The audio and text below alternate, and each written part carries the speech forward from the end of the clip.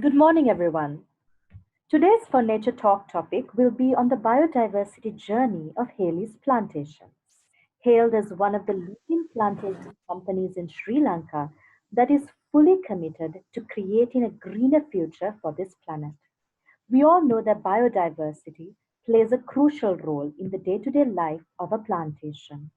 And that's why we would like to warmly welcome Dr. Roshan Rajadure, the Managing Director of Haley's Plantations and a member of the Haley's Group Management Committee. His illustrious career is backed by a PhD from the University of Hawaii, USA, while his directions and insights have steered Haley's Plantations to become one of the most sustainable plantation companies in the country. Today, he is here with us to shed some light on the company's biodiversity journey. So, now, without any further ado, I would like to hand over this session to you, sir. Sorry again, my apologies. Welcome to the session. I'm representing the Haley's plantation sector. Just to give you a brief overlook of our sector, we manage three plantation companies, that is Horana, Talawakele and Kalani Valley. Our estates are really from the sea level, that's from Deniaya Gaul right up to the highest elevation in Sri Lanka at 7,000 feet in Nuwara. We have tea, rubber, coconut, oil palm, fuel wood, and other export crops like cinnamon, etc. So, Haley's biodiversity journey is not something new to the sector because the tea plantation industry as a whole has been existing in Sri Lanka for over 150 years. When we talk of the Haley's journey itself, our estates are located in the central highlands, over 5,000 feet. And within our estates, we have a rich biodiversity source, which is very varied. And I always say that we work in an area where river, lake, and mountain meet. That's in Nuwara, Talawakales, and Upcott, Hatton Muscaliers, that area. So Haley's had, even before Haley's management took over, I have been in the plantation sector. We have traditionally been very conscious about the environment in which we work because we believe as professional planters that the environment and the plantation industry is mutually dependent on each other because the nature of our industry depends extrinsically on the good balance or good maintenance of the environment around us because tea is a vegetative crop and any slight variation in the environment has a significant effect on in terms of production and in quality. So today I'm joined by my colleague Krishna Ranagala, who is our sustainability manager. So before I take you on our journey, I want to briefly mention that Haley's plantations are fully committed, and I speak on behalf of not only our company but behalf of colleagues in many other regional plantation companies. We have realized the value and the worth of maintaining a very good environment, and we do everything. All our operations, all our management is having a heavy focus on protecting and sustaining and where possible improving the environment in which we work in. In this aspect, I must mention that we pay particular attention to the conservation of soil and water. So we are doing many good agricultural practices to sustain the fertility levels of the soil and in terms of water conservation. Apart from the industry in which you are engaged, the activity, the operation itself, we also play host to about 150,000 resident population living and working in our estates. So this is posing a significant challenge in terms of the management because, as most of you are aware, we have to handle a diverse and a varied working community in terms of the engagement with the operation itself and with the nature and the environment around them. So, because they are living and working and workplace and the living place is the same unit, we face a lot of challenges in terms of even when their private life or in their personal life, the things they do has an impact on the environment, particularly in terms of conservation of water and soil. In the upcountry regions, particularly, people do heavy vegetable cultivation. So the usage and the usage of the soil, the land, and the water becomes significant then in terms of pollution. So there are a lot of steps and interventions done to protect the soil in terms of just an example like riverbank cultivation, cultivating on steep hillsides. So these are the challenges that we face in sort of moderating that and managing that. Even in terms of water, we are very particular about the quality of the water because people are living there, and any diminution to that quality will have health and community level effects. So we apart from our agriculture, we have other challenges because of the large numbers of people living and dependent on the area. So let me quickly go to the Haley story. Haley's plantations. Uh, we belong to the Haley's family. You can see a nice snapshot where the mountains and the lake and everything meet. This is in Nuvarelia P2 estate. And as I mentioned earlier, we have Kalani Valley, Thalavakkal and water plantations being managed by us. And we have, this is just a very quick snapshot of the companies where we have tea and rubber, oil palm, coconut and other crops in our portfolio. And we also own Mabrock, a tea marketing firm. We have almost more than 26,000 hectares in our management, and of which close to 19,000 hectares are cultivated. We have about 10,000 hectares of tea and about 6,000 hectares of rubber, cinnamon, fuel wood, and we play host to about 130,000 resident plantation population for whom we provide housing, and in the plantation parlance we say facilities and care from womb to the tomb. So we have about 21,000 registered workers. We have non-registered, non-resident workers as well. We have 60 tea estates from Denia up to Nuvarelia, manufacturing in 51 factories, and we are the largest plantation group producing the largest amount of tea and hosting the largest amount of workforce. Going on, this is a quick snapshot of where our estates are located from Nuvarelia to Deniaya, from Lindula to Yatiantota, Rubber, from Horana to Nanuya. So this is how we are spread in the country, Haley's plantation estates.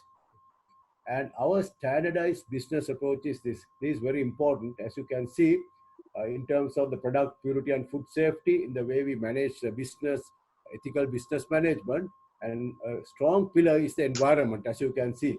So in support of this, over a period of time, we have obtained many global certifications. As you can see, some of the very preeminent certifications like the Rainforest Alliance, Forest Stewardship certifications, and the wood certification.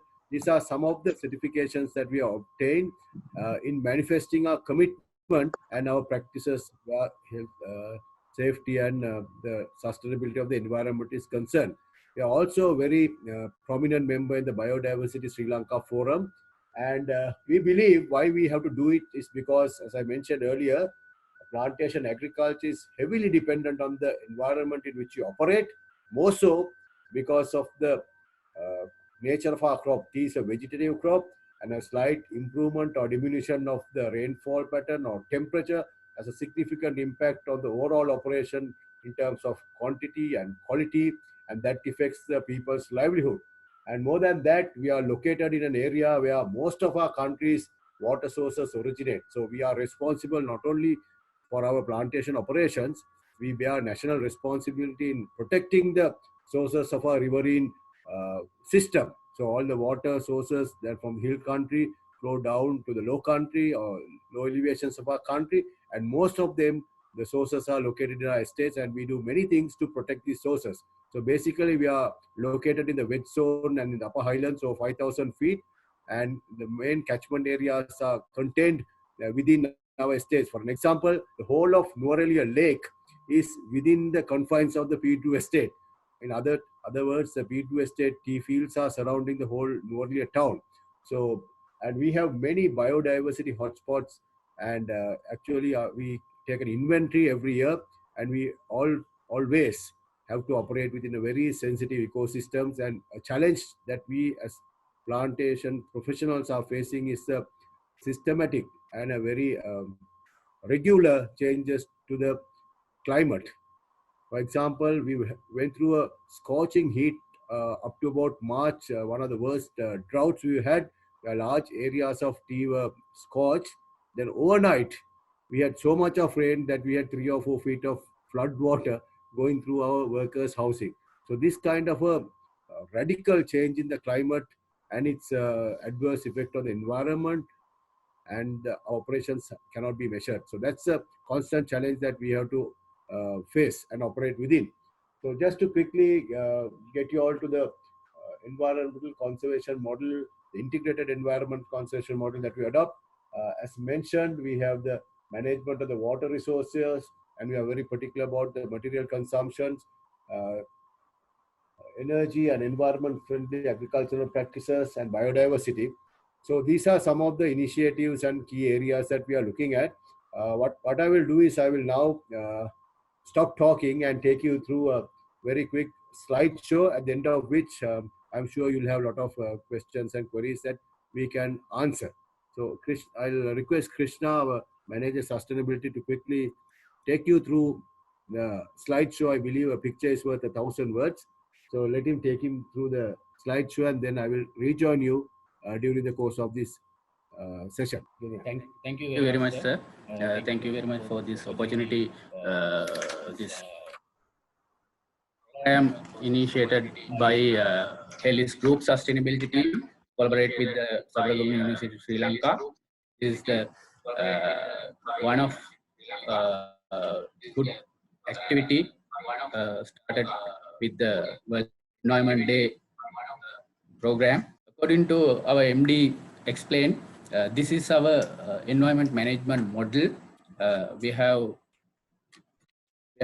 integrated environment concerns to ensure best agriculture practices and to ensure minimum effect to the environment and better material efficiency and water resource conservation.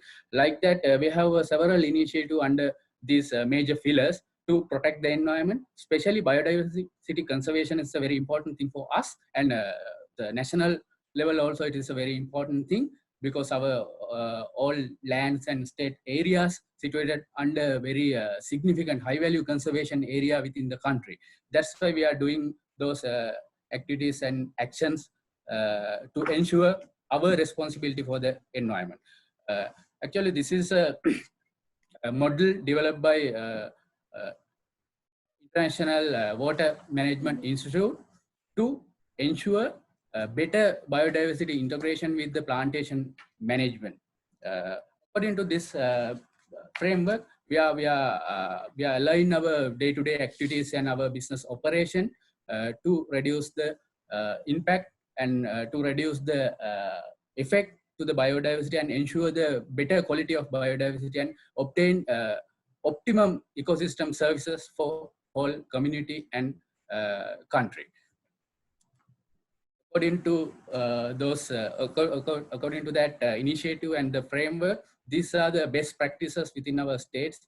We are very concerned about the water resource management and conserve our all water sources. Especially, we have a number of conserved water sources within our states, and we are regular monitoring and reducing all effect within agriculture practices. You can see some nice pictures and protected area within this present.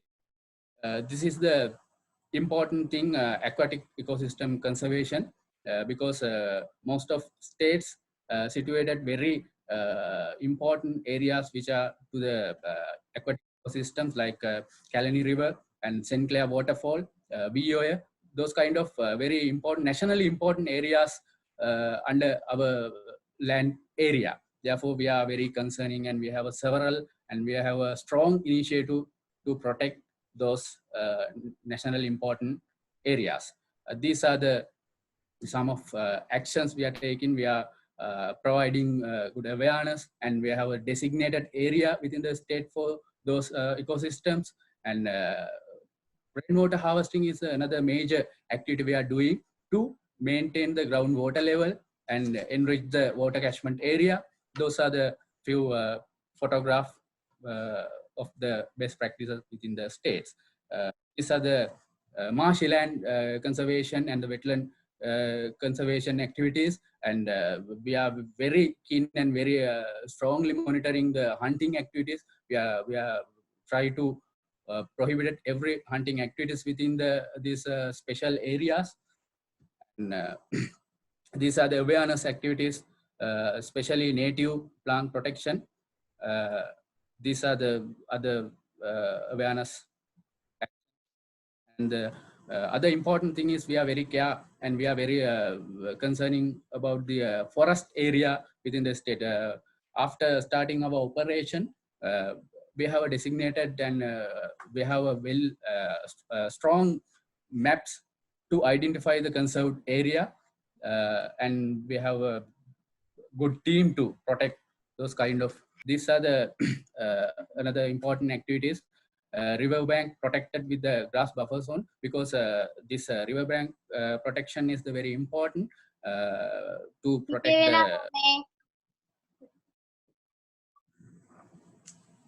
the very important to protect the aquatic ecosystem. Therefore, we are maintaining the good grass buffer zones with these ecosystems and the grassland within the states. This is the key initiative. And the vegetation. You can explain a little bit about this. Yeah.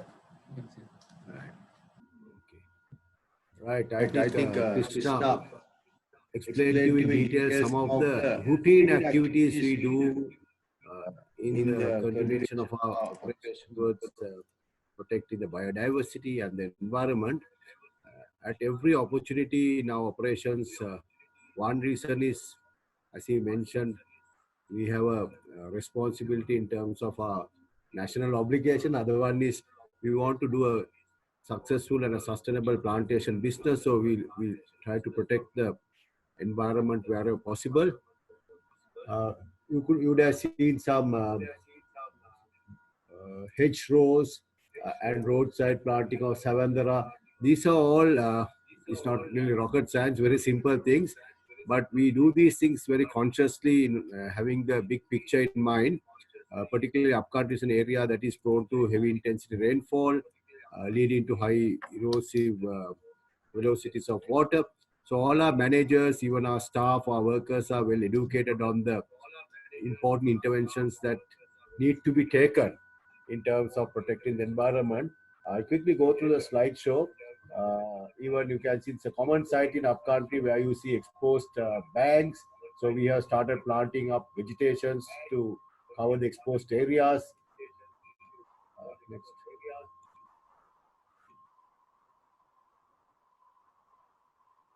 These are some of the examples that you would see in a field, planting of Savandara, hedgerows, and ground cover in the roads. In the past, about 10 or 20 years ago, we took pride in maintaining a very clean surface without any vegetation. But now, with more education and awareness, we try to reduce erosion and encourage biodiversity and vegetative cover by growing suitable crops. These are the hedgerows that we have planted in our tea fields as a wind preventive barrier and also as a green manure source. And these are our forest wood blocks. In the plantation sector, wood is an important commodity for our operations. So we have specially designated and specially grown areas for commercial forestry. And we, sorry, we have a continuous process of commercial forestry. These are the protected drinking water sources with which we provide. And because of many certifications, we are required to do regular water quality testing. Even taking away water, excessive water at non-erosive velocities is one of our interventions. You can see that these are in a tea field, how we have adopted certain preventive measures to reduce the flow of water and reduce the scoring and also filtering of water. Next.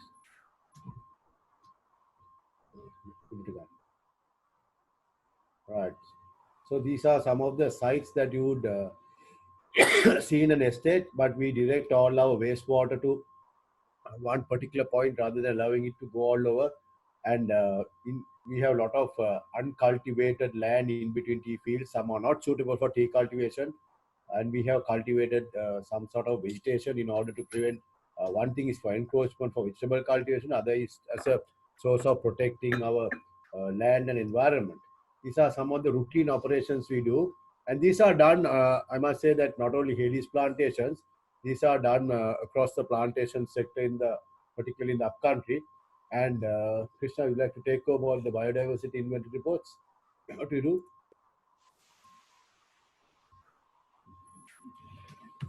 Yes, actually, to manage the biodiversity and to ensure the biodiversity.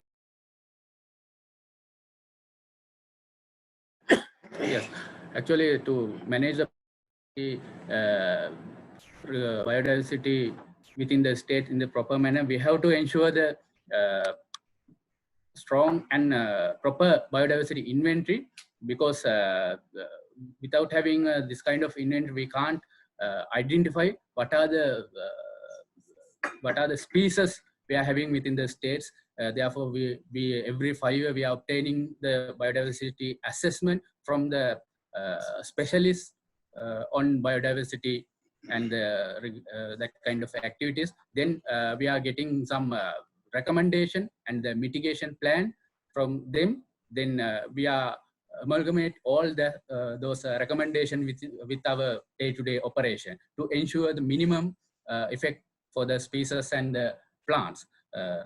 These are the example of some biodiversity inventories, and these are the examples for identified species within the states. You can see, according to the IUCN Red List, there are number of species we have already identified, and we got all the recommendation and the mitigation action to ensure they are living and habitats within the states.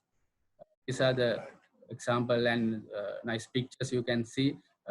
Those all pictures we took from our states, and we identified, and we have a proper inventory, and our field officers and our field team will aware about the these species and action need to taken to ensure they are alive.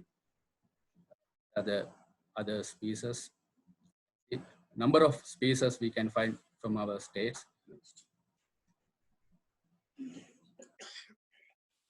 Biodiversity integration also very important within our states. We find conserved and designated ecosystem, aquatic and terrestrial ecosystems. These are some ponds we are maintaining, and these are the fauna we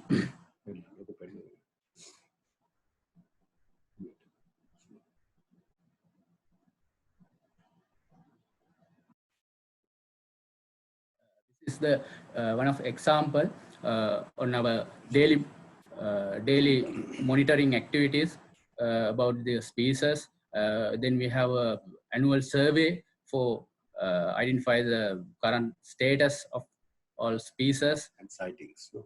Yeah. Okay, now we have a few more case studies, very special case studies for biodiversity.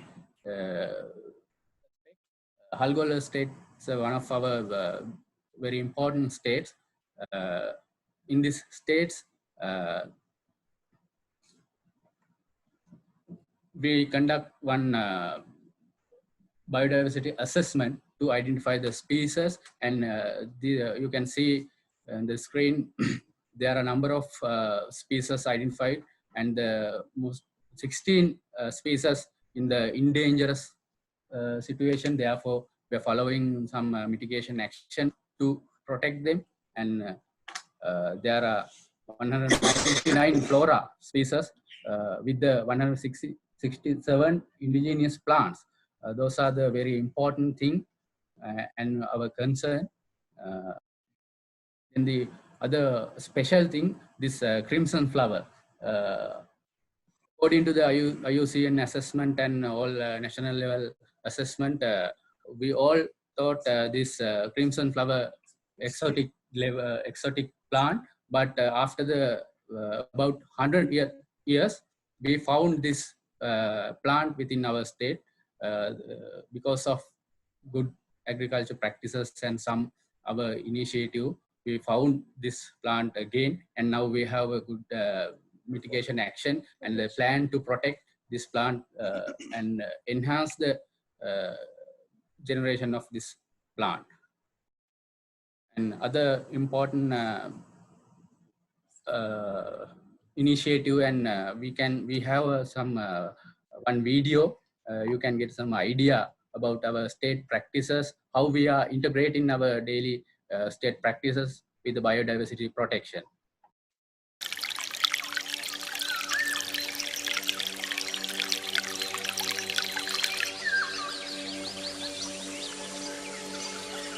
Located 212 kilometers from Colombo, in close proximity to the Singaraja UNESCO World Heritage Site and the Diyadava Forest Reserve in Deniaya, Kiruvanaganga is the flagship estate of Talvakale Tea Estates PLC in the southern province.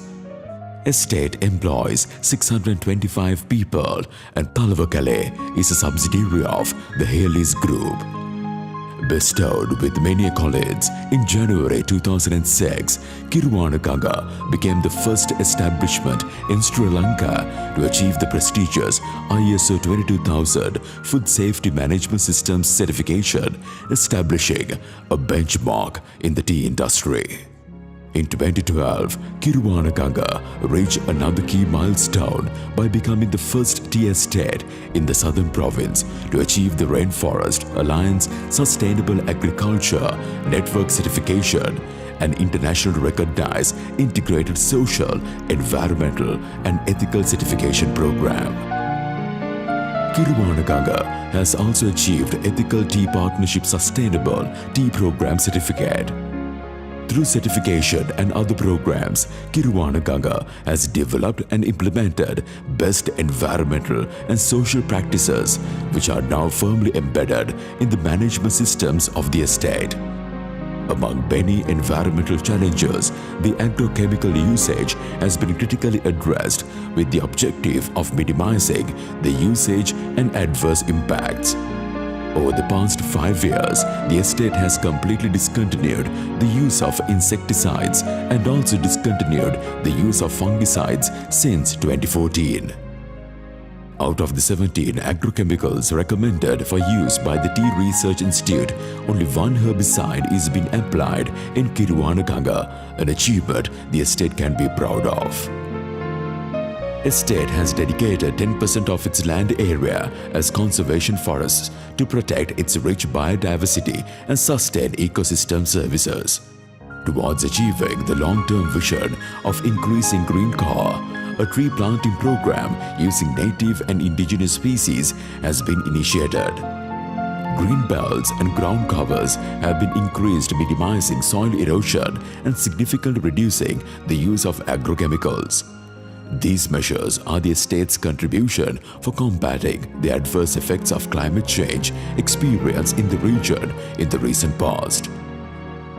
As a precautionary and preventive measure, chemical-free buffer zones have been established around all water bodies, frequently traveled roads, and areas of human habitations. Rainwater harvesting is done in ponds and wetland areas which are well protected. Integrated solid waste management program implemented promotes recycling of non-biodegradable waste, and all biodegradable waste is converted to compost by the Jeevakotu concept. The energy used and greenhouse gas emissions are measured and closely monitored to achieve tangible reductions, demonstrating the commitment of the estate to minimizing energy usage and greenhouse gas emissions. Home for Every Plantation Worker is a holistic and integrated social, welfare and health program developed to improve the quality of life of the employees and the community. Health, education, water, sanitation and living conditions are continuously improved through many initiatives implemented. All employees and the community are fully trained and empowered through regular educational programs and employee committees. High employee engagement and commitment has been the hallmark of the successful outcomes achieved on Kiruvanaganga. We have long recognized the importance of taking care and nurturing our most valuable assets, our people and our land, and contributing positively towards the prosperity of our nation. Okay, this is the one of our state, and this is a example for all our states what they are doing to protect environment and especially biodiversity. You can, I hope you got some idea about our state operation. Then the next part of this session, which are very important for the biodiversity protection, GHG emission management. We have a broader roadmap to reduce our GHG emission and to become a net zero emission level within 2050. According to this roadmap, we are working, and we are try to reduce maximum possible emission of our operations.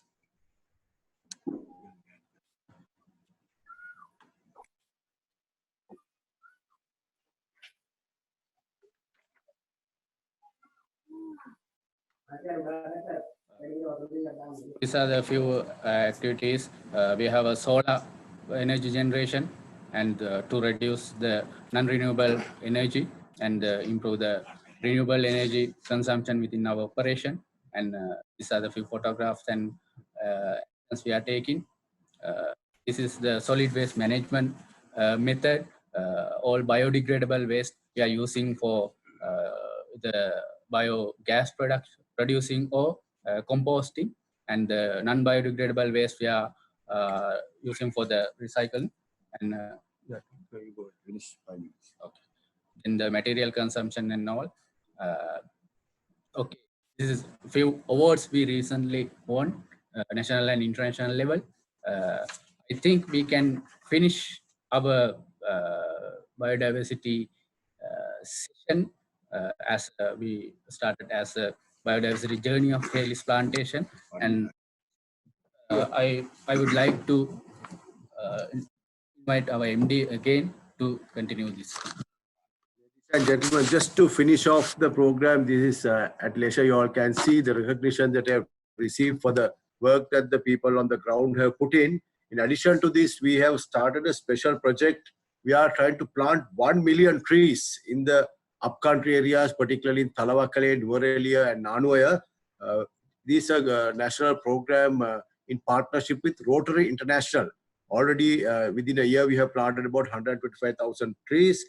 And we have also started a special project with the government of Sri Lanka to plant 15,000 indigenous plants in the St. Clair's waterfall catchment area. As you go up to Nuwara, you can see this site right across the road. You can see the 15,000 plants, which is an ongoing project. We hope to keep on expanding this area. And in low country, in Kalanivali plantations, we have planted 12,000 native fruit trees in an area adjoining the village. These are special projects in the support of our commitment to the environment. And we have also last year started a project to plant 2,000 kumuk trees in low country estates along the river banks. As Krishna explained, Viyoya, Kalanioya, and most of the rivers originate from upcountry going through our estates. So every estate practically has a river and many streams. So our people, from the workers up to the management, all are fully aware of the importance and the relevance of this environment in which you operate, and are working to the best of their ability to protect it. So in finishing, I want to give the assurance that the plantation sector in Sri Lanka, including our company, are very conscious about the need to protect the environment, and we support many other institutions and stakeholders in creating awareness, and we facilitate and promote research and education and communication programs in our states. And of course, we strictly conform to the global certifications such as Rainforest Alliance and FSC, which in itself is embedded some of the mandatory requirements in terms of nature conservation. So with that, I'll stop. I think you'll have listened to a earful and await some questions and queries as to what we are doing. Over to you, Krishna.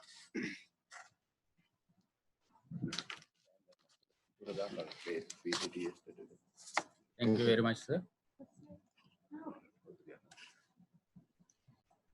Any questions and anything that you need to clarify or questions, we are welcome to answer. Thank you very much for the interesting presentation. So I would like to know, what are the challenges that you face? What are the challenges that you face as a plantation industry in terms of environment, like the climate changes or any other challenges? What are the challenges that you face at the moment? That's a very good and a very appropriate question. As you have given part of the answer, one of the biggest challenges that we face is a climate change. We have no control, I mean, to a certain degree over the exogenous circumstances. Like I told you at the outset of my discussion, like we had a very bad drought for the 3 months. In fact, I haven't seen something like that for the 30 years. Then overnight, drought became like a flood situation. So huge variations like this is posing a challenge, not only plantation agriculture to any kind of agriculture. And along with that, the human element. If I talk of our companies, we host almost 145,000 to 150,000 people, housing, health, sanitation, water. So when we have issues like this, one is the physical impact, other one is the unseen impact, like water sources get polluted, then it leads to sicknesses, diseases, health, work attendance. So there's a cycle of events leading to that. But one of the practical challenges we face as managers is, out of this population, only a certain part is working for the organization. That means we have some sort of a control and authority over part of our population. Others are not under our management, they live there. So we have, to a certain degree, not as much control as we would like to have them on the actions that they do.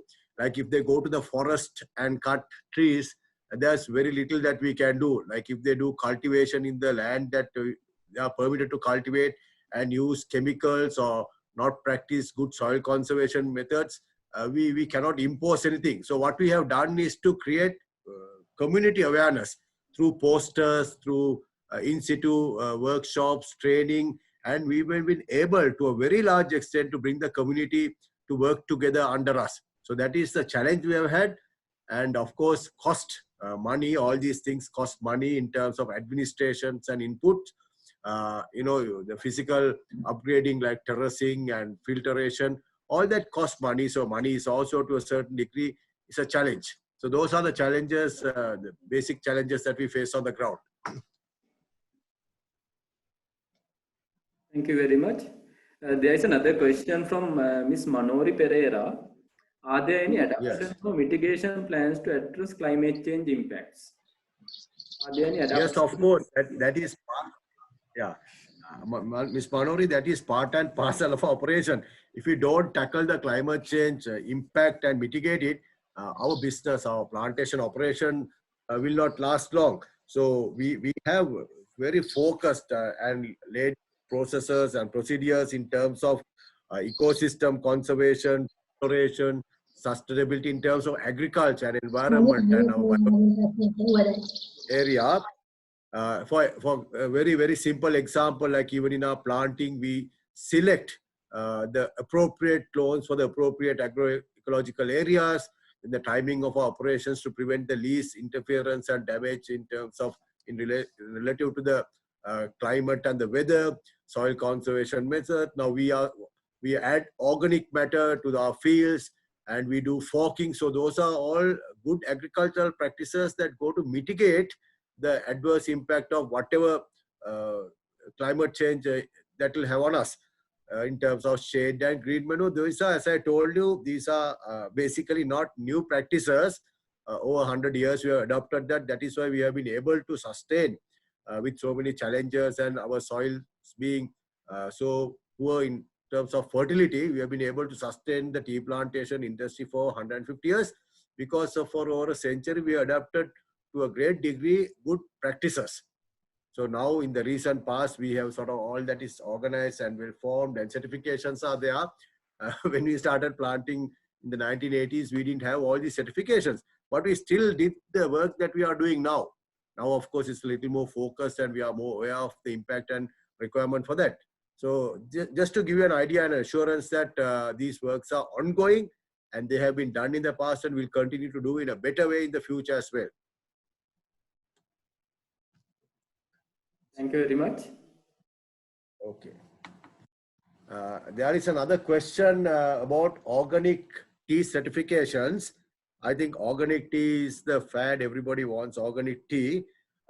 In getting a tea estate certified for organic status, there's a long procedure. At least a minimum of 2 years without any organic inputs. And with that, you have to understand, I'm sure agriculturalists will understand, there's a direct correlation for yield. Your yield, whatever crop would drop significantly, and with that the cost will escalate, cost will double. So there has to be a niche market for this organic tea. Therefore, organic tea can only be a specialized product. Everybody can't do organic tea, then there won't be a market.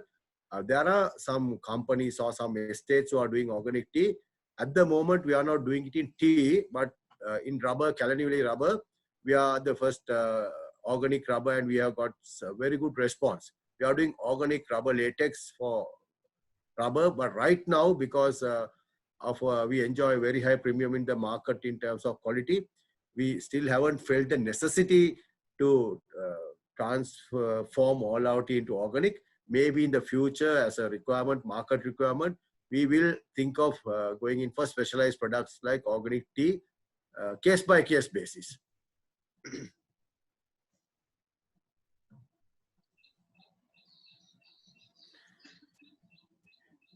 Is there any other questions that you would like to clarify? I know I won't. Hello. All that. Yes. A very good morning, and it's really Yes. nice to listen to the presentation and the slideshows, as well as the two of our products are also working with you. Krishna is one of our products, so so happy about it, and especially when it comes, yes, sustainability and especially greening activities. I think Hales has taken a lot of measures to ensure that there is good sustainability measures. And in doing these things, what I saw from the presentation is rather than manufacturing other organizations, you have used some of the not that much of technical stuff to improve the greenery and this sustainability. So at the same time, estate is a place where there are a lot of people, as you correctly mentioned in the previous question. So what sort of actions that you have taken to get the engagement of people towards this greening in estates, specifically people aspect? Because if they do not practice these things, we will not be able to get the output. It's not like a factory environment where we can fix sensitive machines and we can get direct sunlight, all those things. So people involvement is a lot of, it's a key factor, I believe. And what sort of things that you have done to get the engagement of people in doing these things?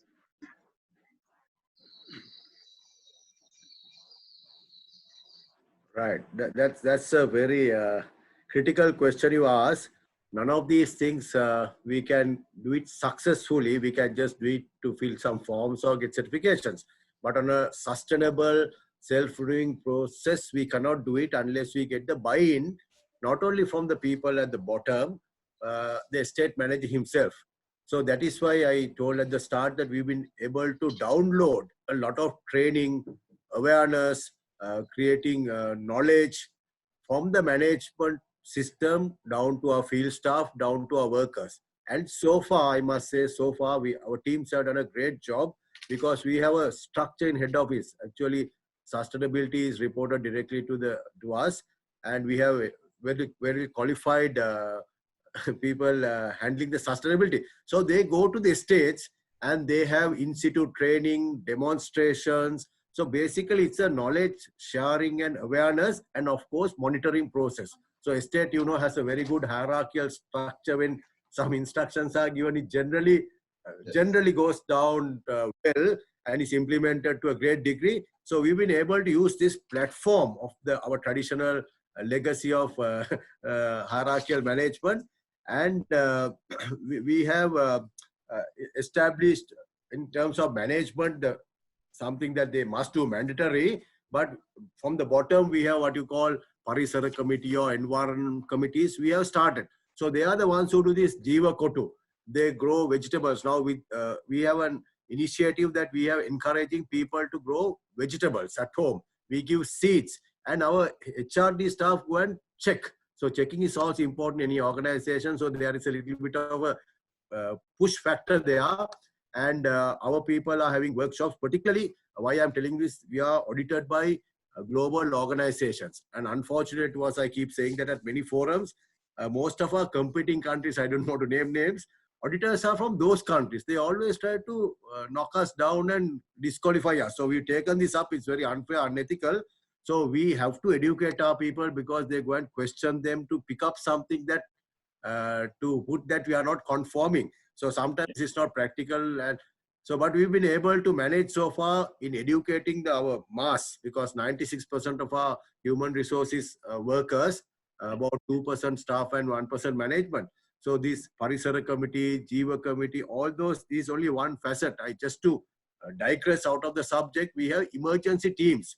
Even if there's, for example, an earth slide or fire, before head office knows, immediately in that house, there's a person who will inform the GA.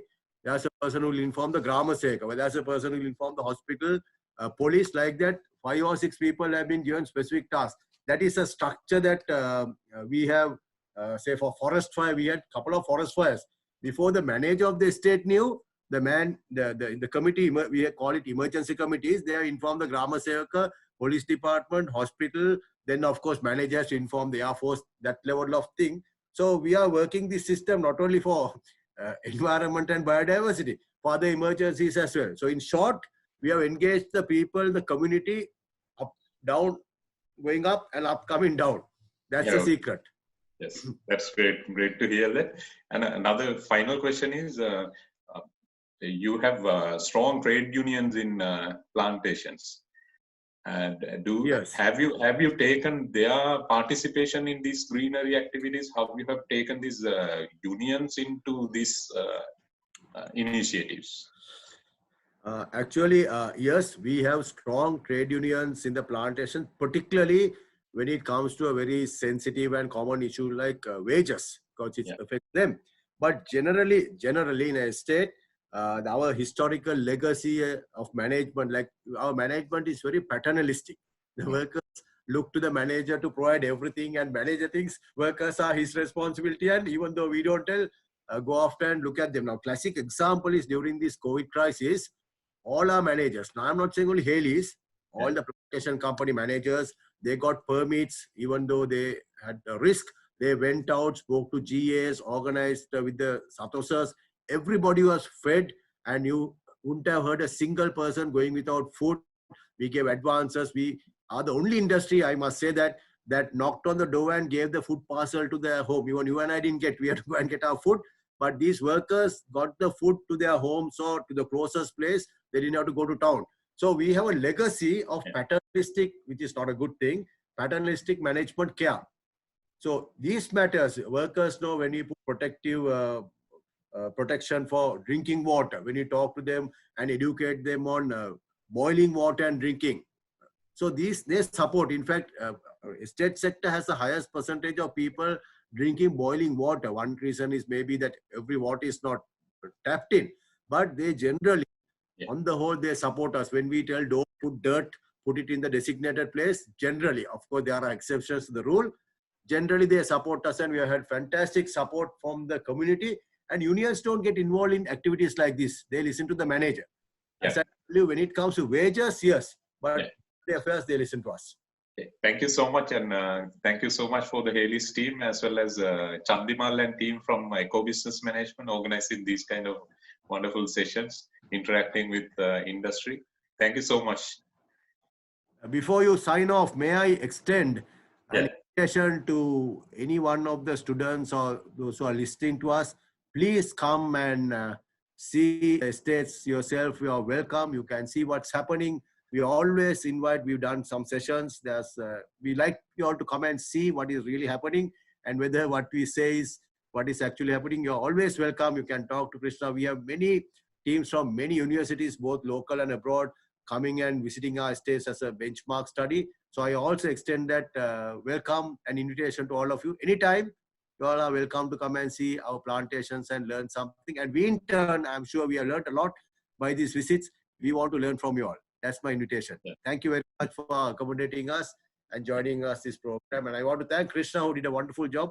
Thank you for producing such a good product from your institution. Thank you. Okay. Thank you for the invitation also. Sure, we will do it in the future.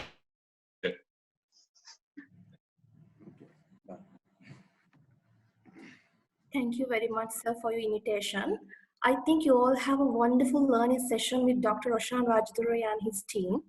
Therefore, I would like to thank our guest speaker, Dr. Roshan Rajdurai, the Managing Director of Plantation Sector, and his team on behalf of Sabaragama University of Sri Lanka and Hales PLC for taking off time from your busy schedule. All the participants are invited for 4th For Nature Talk series tomorrow on Sri Lankan biodiversity, delivered by Professor Sarath Kotagama. Thank you very much for your participation and stay tuned for more program updates. Have a nice day. Thank you. Thank you.